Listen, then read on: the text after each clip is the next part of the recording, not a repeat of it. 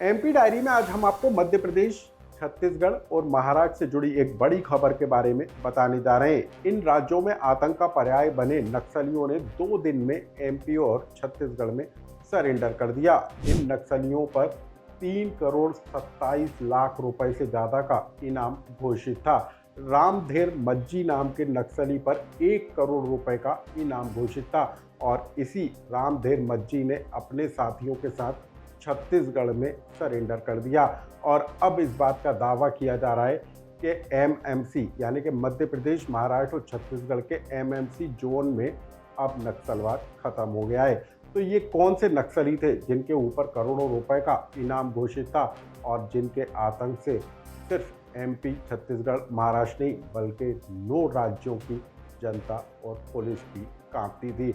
और अब क्या इनके सरेंडर हो जाने के बाद मध्य प्रदेश, महाराष्ट्र और छत्तीसगढ़ नक्सल मुक्त हो गया है? इस कहानी को आप जान लीजिए। साथ ही हम आपको बताएंगे कि मध्य प्रदेश के छतरपुर में आखिर किसानों ने सड़कों पर उतरकर क्यों चक्का जाम लगा दिया।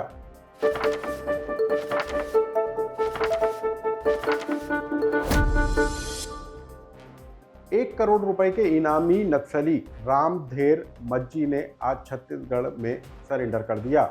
रामधेर मज्जी के साथ 11 नक्सलियों ने सरेंडर किया। इनमें से 3 डिविजनल वाइस कमांडर थे, लेकिन सबसे महत्वपूर्ण नाम रामधेर मज्जी का था, जिसके ऊपर 1 करोड़ रुपए का इनाम घोषित किया था और हिडमा के बाद ये नक्सलियों का सबसे बड़ा कमांडर के रूप में पहचाने जाने लगा था।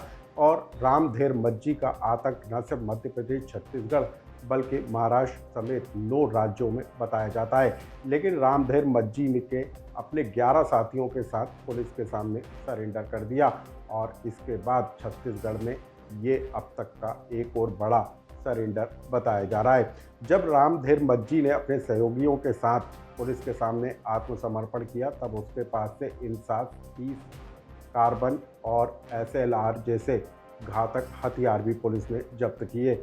लेकिन ये जो रामधेर मज्जी है, इसका आतंक जो है छत्तीसगढ़, मध्य प्रदेश के अलावा कई राज्यों में फैला हुआ था और अब रामधेर मज्जी के समर्पण करने के बाद एक बड़ी सफलता छत्तीसगढ़ और मध्य प्रदेश पुलिस के हाथ लगी है।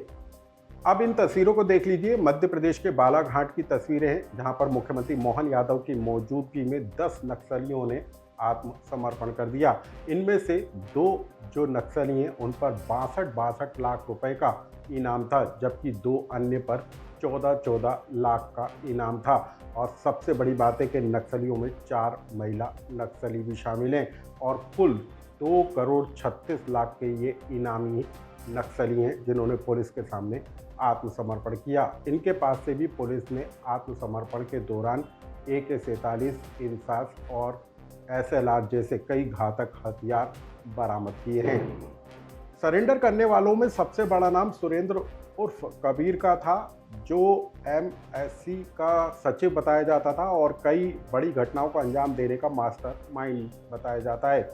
इसके अलावा सरिता उर्फ सावित्री नक्सली ने भी आत्मसमर्पण किया और कबीर और सावित्री के ऊपर 62 लाख रुपए का इनाम घोषित किया गया था। इसके अलावा 2 अन्य पर 14 लाख रुपए का इनाम घोषित था।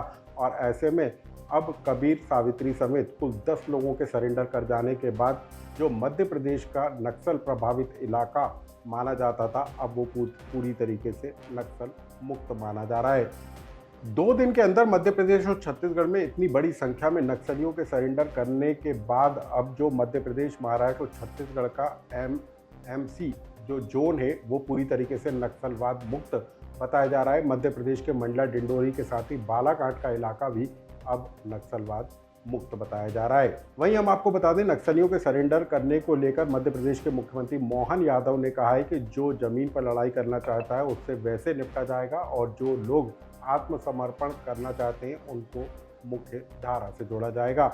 मध्य प्रदेश और छत्तीसगढ़ में नक्सलियों के सरेंडर करने को लेकर क्या कहा 2 राज्यों के मुख्यमंत्रियों ने, आप उसे भी सुनिए। हमारे राज्य के अंदर हम किसी प्रकार की गतिविधि नहीं चलने देंगे, यह उसका परिणाम है।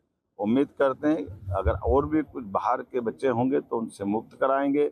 हमारे 2 साल के चले हुए अभियानों में डिंडोरी, मंडला तो पूर्णतः नक्सलवादी गतिविधि से मुक्त पाया गया। हम समझते हैं कि एक तरह से नक्सलवाद समाप्ति की ओर है। नक्सलवाद की कमर टूट गई है, अंतिम सांसें ले रहा है। और आज का ये दिन बड़ा ऐतिहासिक दिन है।